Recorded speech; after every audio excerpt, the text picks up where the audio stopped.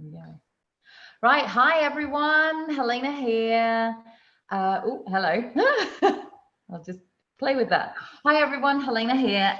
Welcome to Speaker Insight. For those of you for whom this is the first go, we help speakers, authors, and coaches build a business on your terms.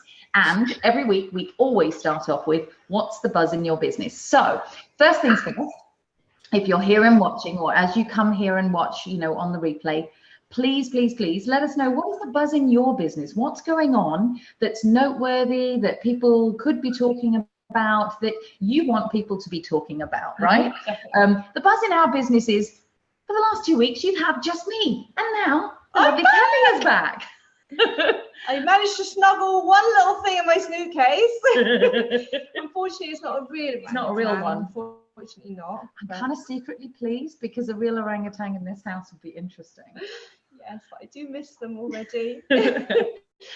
So really the buzz in our business is that Kelly's back, and obviously as with all collaborations, we've been really talking about all sorts of things this morning as far as the business is concerned.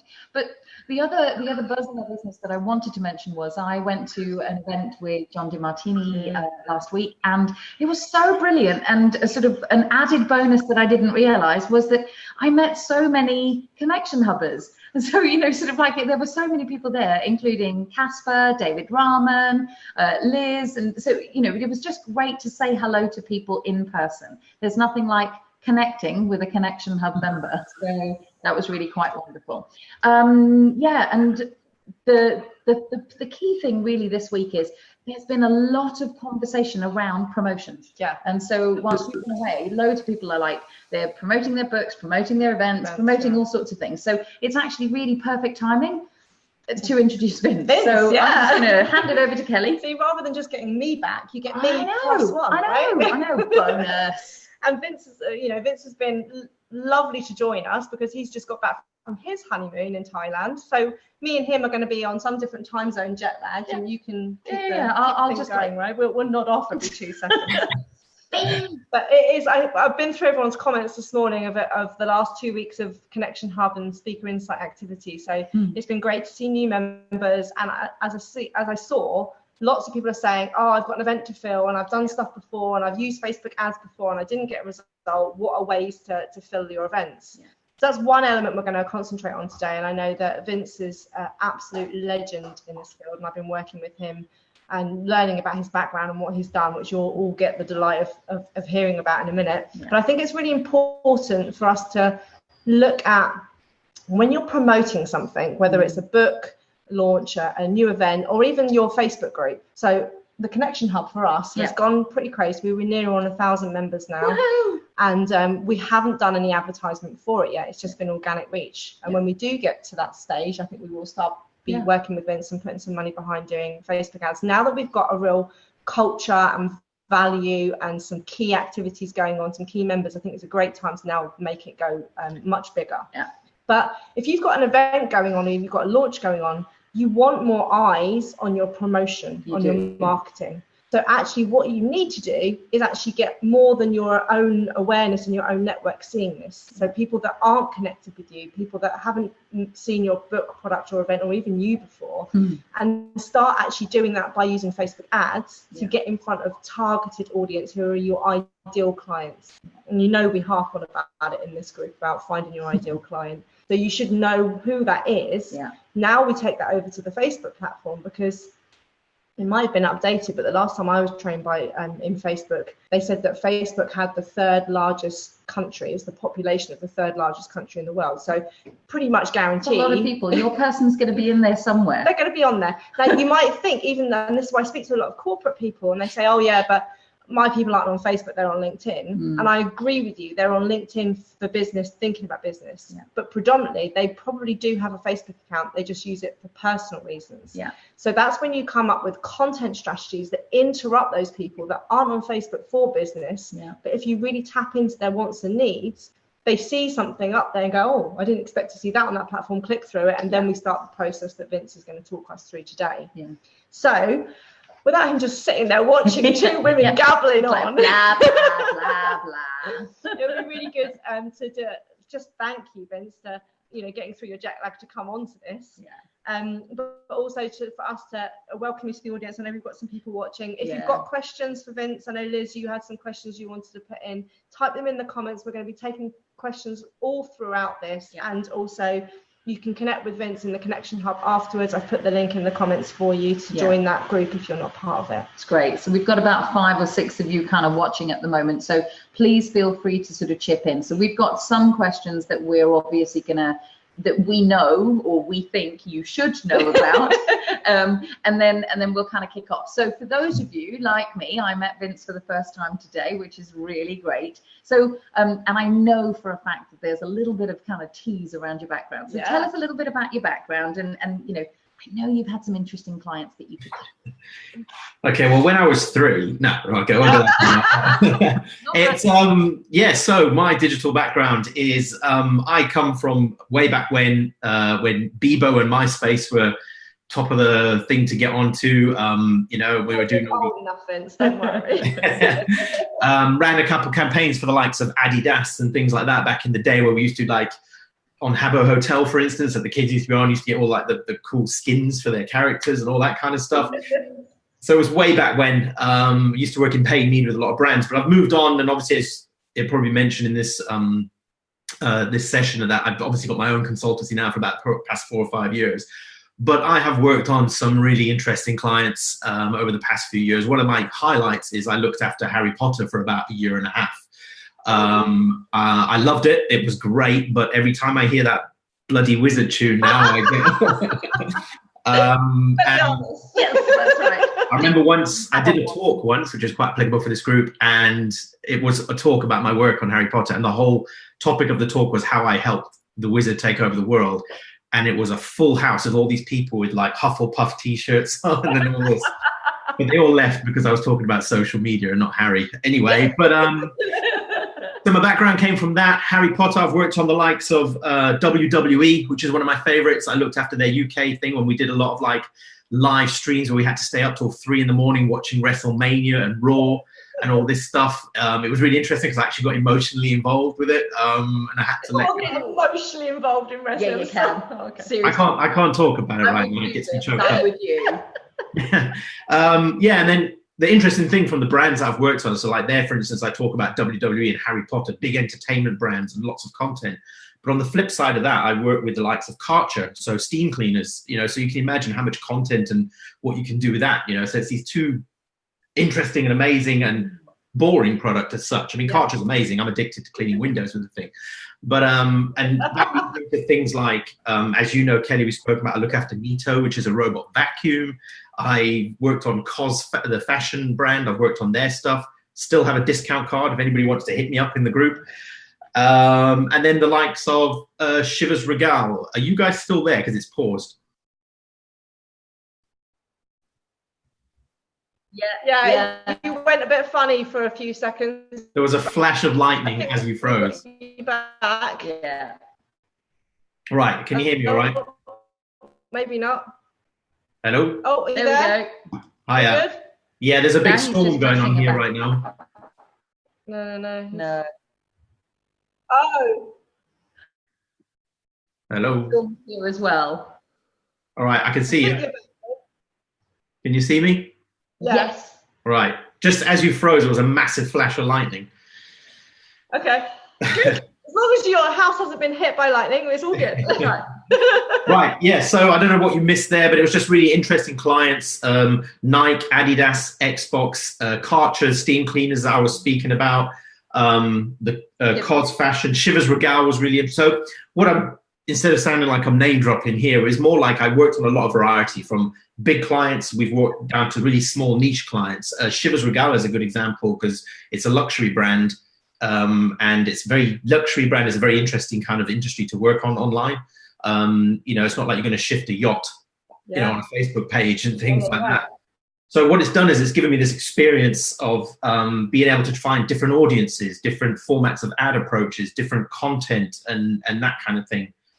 So yeah, hopefully that explains what I do, but I specialize in social and content marketing and paid social advertising.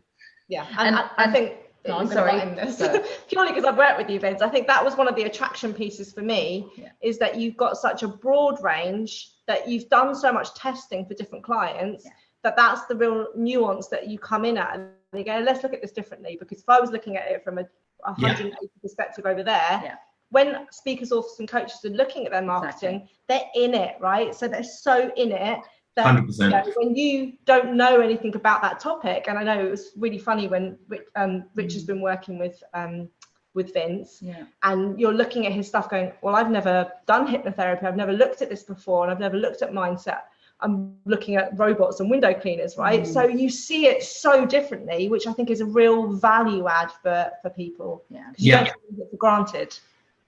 Yeah, no, 100%. It's having that different set of eyes. I think we get to it later when we talk about agencies, and it's having that person. It's like when you are in it, you do assume what your product is, who your products are, who they're going for. But if you have someone like maybe myself or another consultant that has seen different messages, the cool thing is about having these different kind of industries is I can apply the strategy of a steam cleaner to a Blu-ray DVD release that we're doing for Paramount.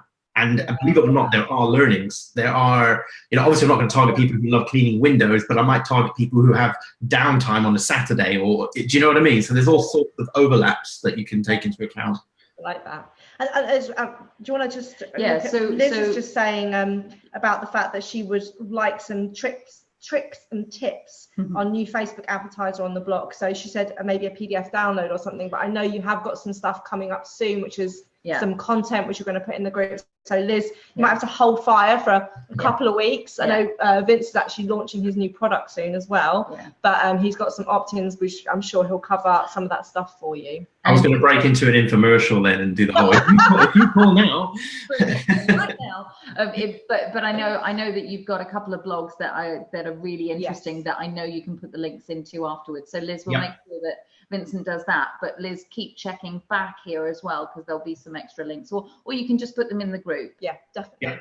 So I think you touched on it then, and it's another reason why I was attracted to work with you initially, Vince, is because of your how do we put it, rant, be in your bonnet, the green flag and the stand. Yes, we exactly. talk about a lot about digital media agencies and your not so much love-hate, more hate relationship. Yeah, that's right. Really. Yeah.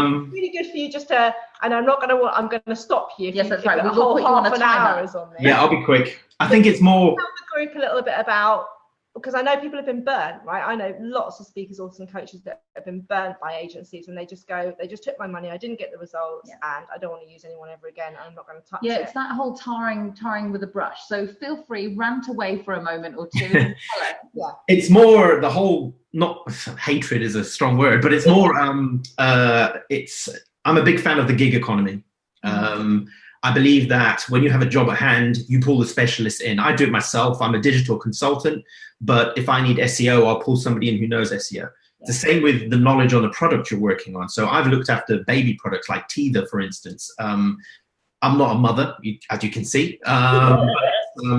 I've worked with a blogger who had just recently had a kid and was establishing herself, and she knew the ins and outs, or the mistakes a new mom might make, or the learning and all that kind of stuff. And I pulled her in for all that kind of thing. Now, my hang up with agencies is, and I've worked in lots in my consultancy capacity, is what you understand, there's a few things at play here, is that one, you've always got the same people coming up with ideas for you. And it might be great in the beginning, the first 2 to 3 months, but eventually there's a bit of fatigue comes in. Yeah. And it's the same, can I swear in here? Same shit, different day. Yeah.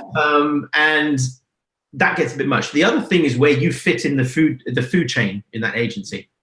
And this isn't being horrible or anything like this, but I've seen it happen.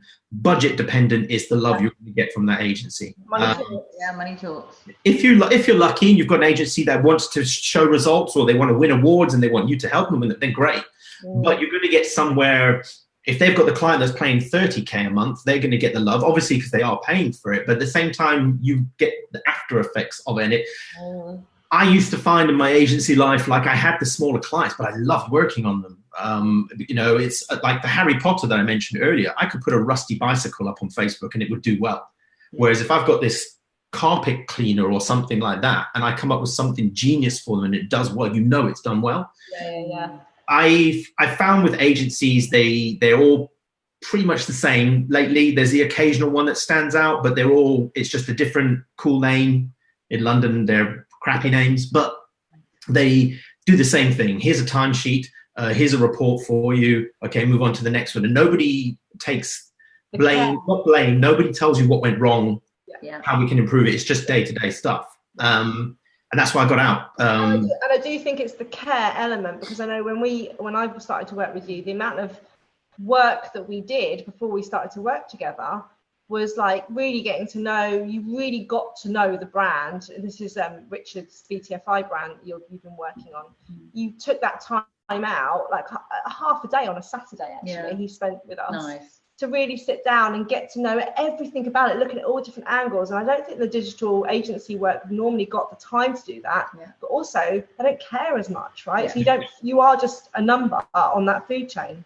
Yeah, it does. I mean, it does play a part when it's your own, obviously when it's your own business, and you want those relationships. And also I'm in a position now where I like to work with people that I'm passionate about, their products that I'm passionate about, and that shows. I mean, I've worked with some rubbish brands in my time. I've done a good job, but your heart's not in it. You get to know it. And that Saturday when I spoke to you guys or whatever, and I saw what you were doing, I wanted to help out, and it was, it's just for the record, that's not the norm. Yeah. But no, I'm joking. No, it's just one of those things. Like if I look at something, I'm like, I want to help these people, and I find with an agency, especially a PR or social agency, that you have a fixed amount of time that you're given each week, and even though they might not reach your goals, they're like, well, your time's up for the week. And I think there is something here about sort of like, so the lesson to kind of take away here is choose that, you as the person who's utilizing a person to help you with your Facebook ads, with your marketing, with whatever it is. One of the things that Kelly and I speak about a lot is you get to choose, and you don't have to choose the first person. You don't have to choose the biggest thing. And the big agencies might be good for particular things, but actually, what does your business, particularly as speakers, authors, and coaches, who actually, you're trading partly on your quirkiness, on your subject matter, on your expertise, actually maybe having someone who will care or take the time to get to know you and understand, maybe that is part of your criteria for choosing. So there's that element. And actually so taking Liz's question into consideration, what would you say for someone to run an ad campaign? What are the kind of assets that they need to have in place that would really allow them to do that before they even started running ads, so that they come to you pretty much prepared? It's basically one of those things, and I've dealt with it as well, and we've had conversations about this as well, me, Kelly, and Richard, and things like that, where a lot of people make the mistake where here's a website and you run some ads, job done, and you're just splurging money now, and every penny that you spend has to be a learning. If it's not achieving a goal, it has to be a learning. So in that regard, you should have obviously your website with your product. If I was to put it in this most basic format, here's my website, there's an end game. Whatever that end game is has to be running 110%, no errors, no bugs, nothing. You have to have that set up. There's a course that I went on a while ago, and it was talking about that before you even consider marketing, make sure your stuff is legit, it's all in place. Works. Privacy policies, all that. I won't even get into privacy policies, we know why, but and your funnels are functional. If you're doing split testing, for instance, if you've got two websites and you want to test them, everything has to be in place. What you've got to take into account, if you come to someone like myself or an agency, and I'll do it, I'll build your audiences and I'll send you traffic, and at the end of the month, if I come to you and say, well, you spent X amount of pounds, but when they got to that page there was a 404 error or it was bouncing, that money's gone. And I don't really get learnings, because for all I know, they were potential customers, but you had a broken site. It's having that in place. Obviously, with the ads, there's having your different formats in place. Again, I'm firm believer in testing. Test all the time. You never stop testing. Currently, what I'm doing with yourself, with Kelly and Richard, for instance, is we're defining audiences, then we're defining messages, and it's a multitude of different ads and different formats. And it's quite long, laborious work in the beginning, but eventually one of the things I like to have is the end game for all my clients in the BTFI, for instance, is to have a switch. that at any time you can click on that switch and it will hit the right audience with the right message with the right format. But you will only get there through testing. You won't do it overnight. We've done it. It can take up to 3 months sometimes. And that's really key learning for people, is the timing, right? Because I think a couple of things you've mentioned there, Vince, that we did is that we talk a lot about avatar in this group and on Speaker Insight. And one of the things that helped you was that we'd broken down 100%. The pain into 8 pain points. So they all had this thing about them feeling stuck. That was the main feel of entrepreneurs feeling stuck. But then we had them separated into 8 different things. So we had like people that were creatives that didn't feel they were supported, women in business. So we had broken the same thing down, and then you could create ads specifically for this. So I think a really key thing when people are getting ready to work with advertisement is to get so laser focused on the needs and wants of their avatar, so that the ads could actually be directed to these pain points, and you can create split tests. Because I think we had about 20 different ads of one message going just to test it for those audiences.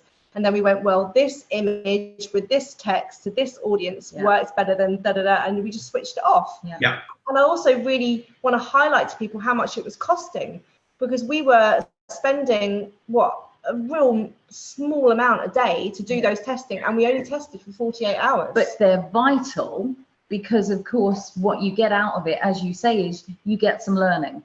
And you get to learn what works as well as what doesn't. And I think that's the bit that maybe people don't put enough credence in. They don't. It's one of those things, if you come to a point right now, like the perfect thing with BTFI, for instance, or let's say any client, is we might be in a position now, after all the testing we've done, we have got 4 formulas of ads that work for us. So they will go on, they'll run for us. But in the meantime, we're still testing others. That might even perform higher than the current one. So again, it's not one of those things where you're like, right, found my ad, found my audience, job done. It's all finite. It will run out. Do you know what I mean? So it's just constantly testing, trying new things. And Facebook's changing their ad formats every day. I mean, we probably have a meeting this week and I've got some ideas for you as well, but, and it's just finding those things. A lot of people like the thing that people make a mistake of is everybody suddenly says videos work. Okay, videos do work. But if you can imagine, every single brand knows this. That's right. So, so it's what can you do differently, or how can you target differently? I like it because it's kind of like a game in a sense, you know what I mean? You're tweaking this and turning that up and replacing that, and it's really interesting. And so what just on the assets, what would you say are some of the things we said about the avatar, and knowing that for people to be pretty prepared, because we do think that, as you said, we need to test stuff for a few months. So if someone's got an event coming up in 4 weeks' time, then there's probably not going to be enough time to do all of this and testing if they've never done Facebook ads before. But if somebody has got this in mind, they say they've got a 3-month period before their book launch, before their event, what are the things that they should come to you with, either prepared or have awareness of? What are the assets?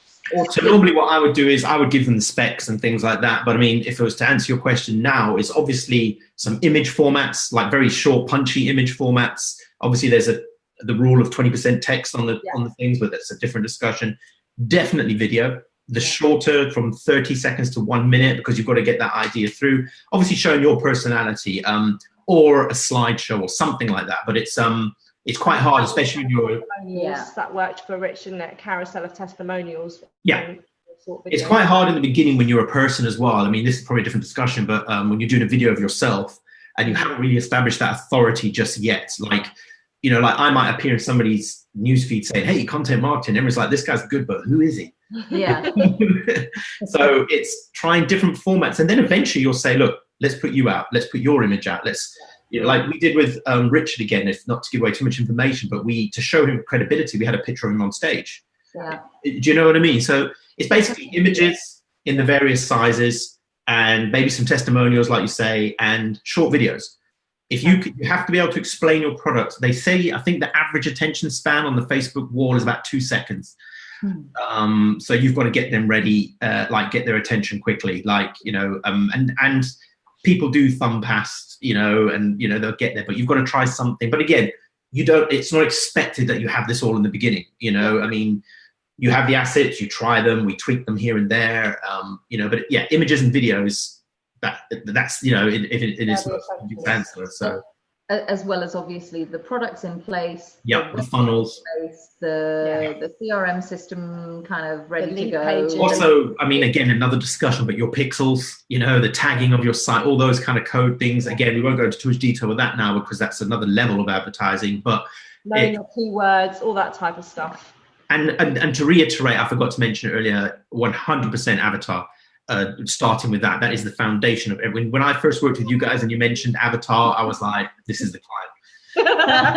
I've got clients before where they're like, they want to do a campaign. Okay, do you have an avatar or a pen portrait? Nah, we just want to get people who read books. Okay. Do you know what I mean? We say it's the essential thing for anything. Whether it's product creation, for them doing keynotes, for their marketing, for their website, for everything. Every single thing. I swear by it. I'm working on a client right now who've given me one of the most robust avatars I've ever seen from a survey that they did. And it's guiding me through my strategy. It just makes it, there's no assumption. I'm kind of skipping one or two steps to get to a point. So it's really good.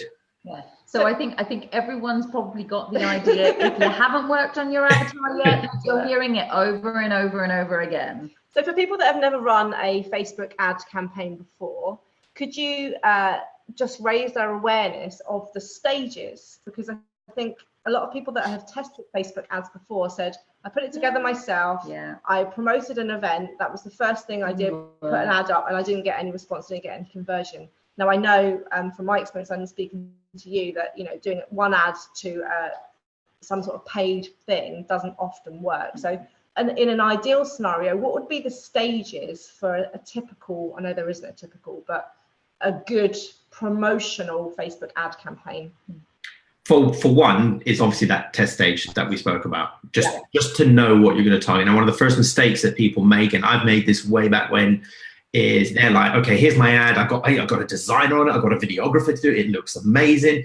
300 quid. I'm going to target these people. Then they sit back and they watch and see what happens. And still, it's like watching an eBay auction. They'll sit there and they'll be like, okay, I've spent 299, still no clicks. Okay, maybe the next one. You know what I mean? So I always believe in doing as the minimum payment you can on every ad, which is I think about £5 last time I checked.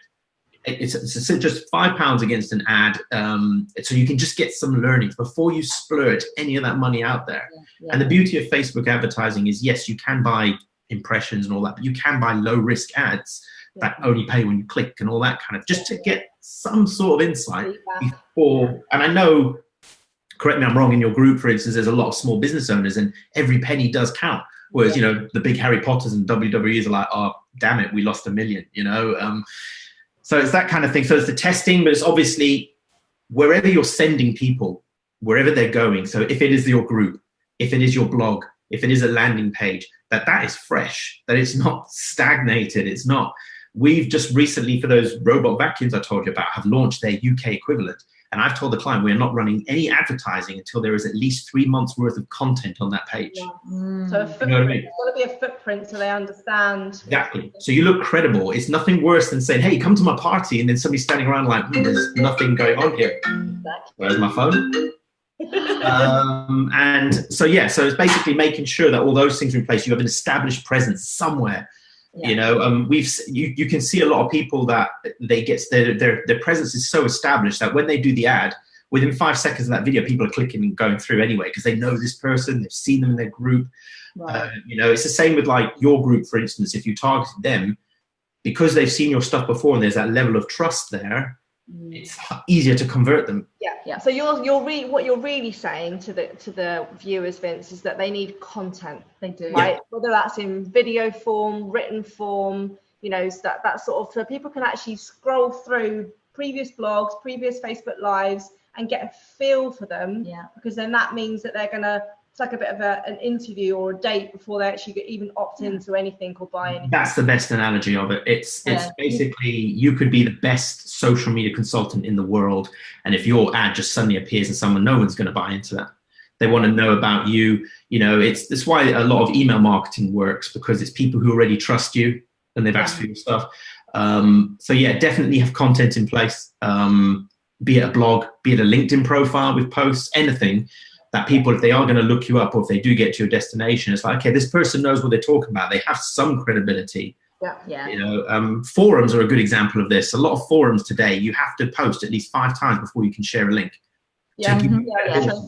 Even some Facebook groups that I'm part of, when they do run a promo day every week, you had to have contributed to the group that week in order to put your link up there, which I think is a great thing, because it means you don't just get spammers in and you know. So so we've got the testing phase. We've got the phase of actually having some sort of like building a relationship, a trust with them, because they've seen what your content's about. What then happens next? Well, you get a lot of learnings now, because obviously let's say your ad campaign's been running, people have been hitting your site, you're looking at your analytics and where people are going. So this is more like what I call, well, you could call it optimizing or tweaking. So this will involve not just the ads, but you might find people are bouncing off a page. You might find that they stop at the form, they don't go any further. So it's the tweaking and trying to get things right. 'Cause it's not just the ads. The ads might be perfect, but you've got to do that journey. You might find like, oh, we've got one page too many, so we need to take that bit out, or we need to change our copy, or, you know, so there's a whole lot of that stuff. So what then happens, you don't necessarily delete the ads that weren't working. You kind of turn them off, but you can always try them again later. And one of the things that I'd like to do is, obviously there's a section, again, another discussion, but it's in Google Analytics, where you can look at a user flow. And it shows where they're coming in and then where they go. And it's really good for your user journey and what's happening. On top of that, while all these people are coming to your page, and some of them might convert, some of them might not, you know, you've got your pixels in place. So now you start your retargeting campaign. You know, and just for people that might not know what that word means, Vince, because when I years ago heard about it, I didn't know what retargeting was. Only when it used to freak me out that I'd be looking for a present. I remember looking for something baby related for somebody on Amazon, and then coming back to Facebook, which is when retargeting was introduced, and seeing the ad for it everywhere and going, like, how do they know? How do they know I want that? So why just explain to people what retargeting is. So in its simplest form, I get what you're saying, because I kept getting targeted with Russian brides for ages. No, it's the retargeting in its simplest form is you visited my website and you did something on my website, and based on what you did, I am able to hit you with an ad. So if you got to a form, like you were buying a product from me, you got to the form and you were like, I'm not interested. I can tell, I don't know who you are, but I know your IP address. I can send you an ad saying, hey, if you carry on with the form, I can give you 5% off, or something like that. But the other beauty of it is if I went all the way to the conversion page, let's say I made a sale and I got to the thank you page, using that pixel, I can now ask Facebook, right, that guy who made it to the thank you page, I want you to find more like him, please. You know? And it's a whole, like I was saying to you earlier, it does not stop. It's constant testing all the time. You know, and you'll see, like I'll do with BTFI, for instance, when we've got 3 or 4 ads that are doing really well, we'll go back to the first ones and start tweaking them again. So eventually you're going to have this machine that you hope to have. And again, this doesn't happen overnight. It's not. If Facebook is powerful, Facebook ads and Instagram ads, they're very powerful once you get it right. But if this was the magic bullet that a lot of people make out online, we wouldn't be having this conversation. We'd all just be putting an ad on and making millions. And I think that's one of the mistakes, I think, because a lot of people think, oh, I've watched a course or I've done something on how to do Facebook ads, and they attempt to do it themselves, and they get the image right, they get the 20% copyright, they get all that done. But because it's a constant learning, constant feedback, and a loop, it's a full-time job for somebody to look at those analytics and then know what to tweak, right? And the other thing for me, and then I'll ask about sort of, there are probably some other mistakes that people make as well, but there's something there about, as the person who might hire someone else to do a lot of that for them, a lot of the looking for them, because actually that's not where their skill or expertise is. We all as business owners need to take ownership over that piece and allocate at least some time to have the conversations on a regular basis, to know what's happening. And that's what I love about Vince, right? Every Thursday we have an hour call. This is and he basically feeds back all the stats. So we've got it in a dashboard, but it's like, okay, but what does it mean for us? So it's not just numbers and figures. This is basically one of the reasons I left agency land, because they report on so much data that it means nothing to the client at the end of the day. I believe that you hire an expert to do something so you can concentrate on the things that you know. And then when the time comes, if it's an hour on a Thursday with Kelly and Rich, for instance, I will tell you what you need to know. I will say, this is doing well, this is doing rubbish, here's what we're going to do, see you next week. Straight like this, like that, because you don't need There's so much data available, and you don't need half of it. You don't need to know that people with big thumbs and green eyes and travel in London well more on you don't need that. You know, a perfect report for me is to have one slide that says you're doing all right. So I don't believe in waffle. I don't believe in bullshitting. It's more, here's the facts. Your goal is to sell this product or to sign up for this.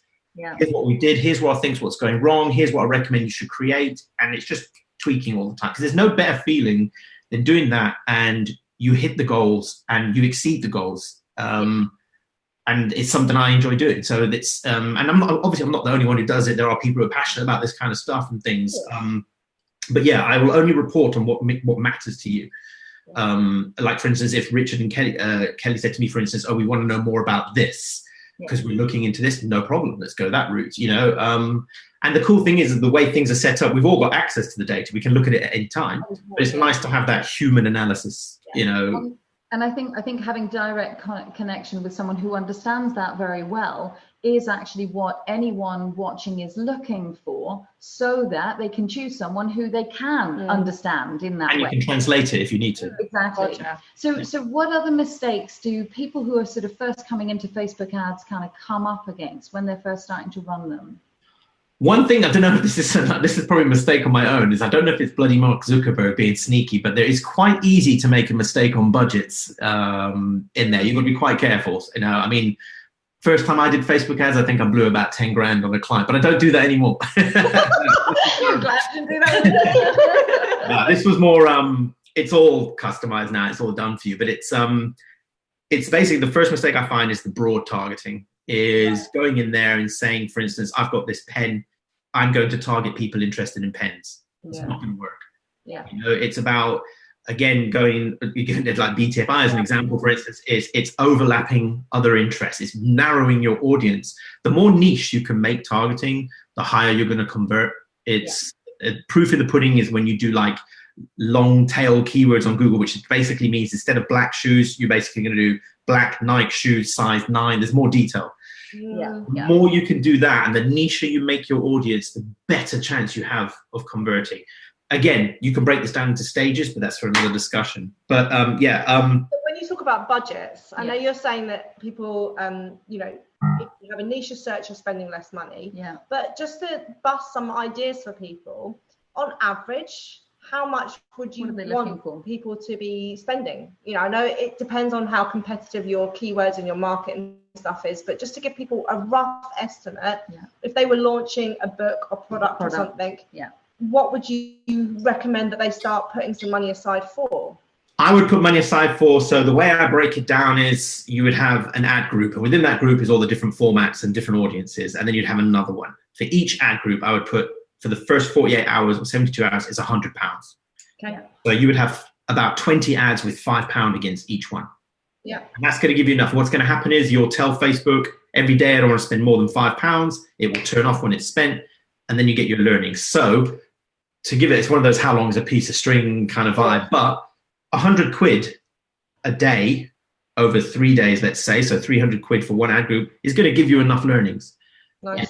Then on the next time you run those ads, you'll only be running about 3 of them. Same budget, but they're going to get more exposure. Does that make sense? So eventually you'll be in a position to go like, right, those ads do really well. I mean, if you later in life start you're able to attribute sales to it if you set it up quicker, you can say, wow, for every £1 I spend, I'm making a tenner. I'm going to put £1,000 behind this. You know, I want to get to that point. I've seen it that people have just spunk the money at this thing, and then that didn't work. Let's try another one. Just tested one thing. Yeah, that's it. And so the lesson here for everyone is to actually start putting budget aside on a regular basis for the products that you're creating or thinking about launching, and then actually to do the small amount, look at what's working, and then actually to begin in earnest. And it's something as simple as finding, even if one little group of ads just did maybe 0.2% better than others, that's the winner. That's better. I do it, for instance, with some of the clients. I might say, okay, there's an average of about 0.6 click through here of people clicking through to the website. Any ad that is below that is off. You know, so you set your own benchmarks, your own goals. A lot of people ask the question, it might have come up in the group now, is like, what is the average benchmark or the average click-through rate? There are average rates, but you need to learn your own. Yeah. I had an Italian pizza client years ago were comparing themselves to Nando's. Nando's is a beast, so it's an unfair comparison. You need to learn your own. And then over time, you'll be able to tell, we did okay, but we're below average. And, there's ways to do that. And that's another thing that obviously I do. So it's constantly testing. The mistake people make is putting too much money down until they have learnings, until they know something. What was the other one? Oh yeah, that which leads on to, like, I've let with clients where you'll say to them, do you do Facebook advertising? Yeah, oh yeah, I do, but it doesn't work. You're like, no, it doesn't work. Trust me, it doesn't work. No, it's a multi-billion-dollar industry. Yeah. So it's assuming that it doesn't work because they've either gone with some agency that's just put some pre-built audience against it. They haven't customized an audience for them, or they've gone with some dodgy. We all know in this industry, there are a lot of snake oil salesmen. And they just haven't learned. They've been burnt. Yeah. Honestly, if you give it time and testing, there we go. There's my trademark. The 2 T's. Time and testing, and you will find your sweet spot. You will find what works for you. You just got to have that little bit of patience. And obviously that little allocated budget to it. And eventually you'll be able to say, like, hey, I need 10 grand. I want to put it on this because it's winning. Yeah. Do you know what I mean? I think that's really key, because I think what I've seen with people, and I know that lots of speakers, coaches and authors who are the star profiles, that they do things quite last minute, is that when they have got an event to fill, they have got something that they're doing, they leave it to the last minute, right? And so therefore time to test is so key, and it's a big mistake that people don't leave that time. Even when I'm doing promos for something, I would say the least amount of time to launch or promote anything is 3 months, right? For any marketing purposes, not just Facebook ads, because you need that time to not just like blast everyone and put them off by marketing to them every day about emails and stuff. So it gives you time to test and to tweak and to do it in a really relaxed way where you don't feel completely where that pressure isn't actually kind of coming down on you in that way, and finding the right partnerships that can actually help you do that bit whilst you do, whilst the speaker, author or coach does the content pieces, the person in the background who's actually doing those ads or working in collaboration with you can actually do that. So we need to, it's one of those things, just quickly to finish off, and it's one of the things I used to do in my training, where I used to say that social is not campaign led. It's not dependent on a launch. A prime example really quickly is I used to look after Paramount Pictures. They would put a lot of budget into their theatrical release for Transformers. It was great, and there's billboards and everything went mental, and then it would die down, and then quickly a week before they would be like, oh, Blu-ray's coming out, can we do something? And it would fail dismally. It's basically keeping that momentum, which is what you said earlier about content, is even if you don't have budget right now and you've run some budget, if you keep them sweet with some good content in between, it's going to work that much harder for you further down the line. It's forefront of their mind, right? You're not completely cold having to start that momentum again. That's it. And I know that everyone's went into a bit of a meltdown about a month ago when Facebook changed their stuff like they always do. How has it affected ads? Because there's some things that you can and can't do now around post and ads. So just give some people a bit of insight so they don't fall into that trap with the recent changes. Yeah, it's a double-edged kind of sword now, especially with GDPR coming into play and all that kind of stuff. I won't even get into that because I've had about 58 emails about the stuff. But it's just a swear word. It's just a swear word. Don't say it, right? I'm just thinking all the GDPR experts who help them out are all out of jobs now because it's over. Anyway, the things that the things that really changed, and it's pretty obvious, is the availability of targeting options that you have there. Facebook used to have a lot of third-party advertising where you could target salaries and like really demographic stuff, and they've kind of taken that away now. Relationship statuses, targeting people by like their sexual orientation, all that kind of stuff is kind of fallen away. I've recently went live with an ad last week, and there's still most of your capabilities are there, but it's what was the other thing that's gone again as well? It's like apps. If you're building apps, it's very strict now, and like the information that you are taking from people. But it hasn't really affected it in the sense that I think when it comes to, and again, if nobody knows what it is lookalike audiences. So for those that don't know, in the group, there's an option in there where you can upload your entire email database and find users with the same. And there's a few gray areas, especially with GDPR and all that coming into play there. again, if you got them legit, people gave you permission, you're fine. Facebook doesn't know how to tell that right now, and I think there might be some controls in play. But other than that, it's just basically being a bit more careful. I think a prime example of some ads I tried to run last week. I won't say who they were for, but it was basically not allowing me to place ads because I was honing in on somebody's, like I was saying, are you a business owner? Right. You can't talk to the individual on the ad. You've got to be quite broad. Yeah. You could say rather calling all business owners. Do you know what I mean? So they're getting quite picky on that. So yeah. But again, it's just more the targeting that I've noticed that's been coming through. But other than that, you've got so many options to do targeting with that. It's not really anything to worry about. But what's interesting around that is it keeps coming back around to your 2 T's, the time and testing, because actually what used to work for you, if it's stopping working because of all the tweaks, You've got to have a backup plan. That you're changing in terms of language in that way, right? Yeah, it's one of those things like that. That's the one thing that the hang up about, as powerful as Facebook is and as powerful as our groups are, Mark might wake up in a bad mood tomorrow and shut it all down.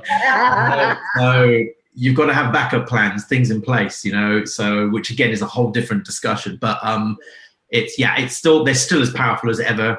It's just playing around. I'll put a comment at the bottom. There's a great infographic that shows you the full capability of what you can target on Facebook ads. And it is insane. I'll put that in a link under the broadcast. I know that when we spoke before we just went live, we were saying about the questions in the Connection Hub, and you've got a blog written about how to fill your events. Yeah, I'll put that in. I'll put the link there. Yeah. I'm just going to put a link in at the moment. I've just put how people can get in touch with the events via your website, but also you run the Content Blueprint Facebook group, which I'm part of, and it's great for people to really understand. There's lots of experts, including yourself, in there. So. And especially for those people for whom Facebook ads is new and they want to learn a little bit more, but they don't quite know where to start, it's actually really useful just being in that group and starting to get used to the language and to hear the kinds of things. Also, they can ask, they always say there's no stupid questions. It's just like, hi, I want to do an ad. Where do I start? And people, you can tell I had to shut myself up. I love talking about this stuff.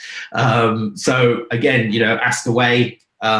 We love talking about it. There's a lot of we can send you to guides, things like that. Again, my blog, I've got stuff in there. And again, it's one of those things is that you might find something that helps you, but the group will give you little tips and tricks, like don't click that button, switch that on, or like little hacks here and there. Yeah, that's awesome. That's brilliant. So I know that you're in the Connection Hub for people to either comment. I know we get 80 to 90% of people watching our Facebook Lives on the replay. So if people are watching this on the replay, please put your comments in the comments below and tag Vince, and we'll get back to you. But do check out his group, and it's got awesome blogs on his website as well. It's really informative. And for those of you who do feel like you're novices at this, you probably won't feel like novices for a while. And it's the style, right? Because Vince, you'll probably see from this Facebook Live, it's the style, it's the fact that you're passionate about what you do, but you do a lot with humor, you do a lot in a context that makes it easy for people to get and put into. If you're explaining something and you throw in a couple swear words, they understand it. It's great. I think, and on that note, we'll finish. We really appreciate you giving up your time. I hope your house doesn't get struck by lightning in the rest of your day. You're all right. I was going to say, it's pretty much here. Pouring it down now here. So we really appreciate it, Vince. We look forward to speaking to you more in the Connection Hub. And thanks again, and thanks everyone for watching. It's really great. Thanks, Vince. Have a great day. You too. Bye. Later. Bye.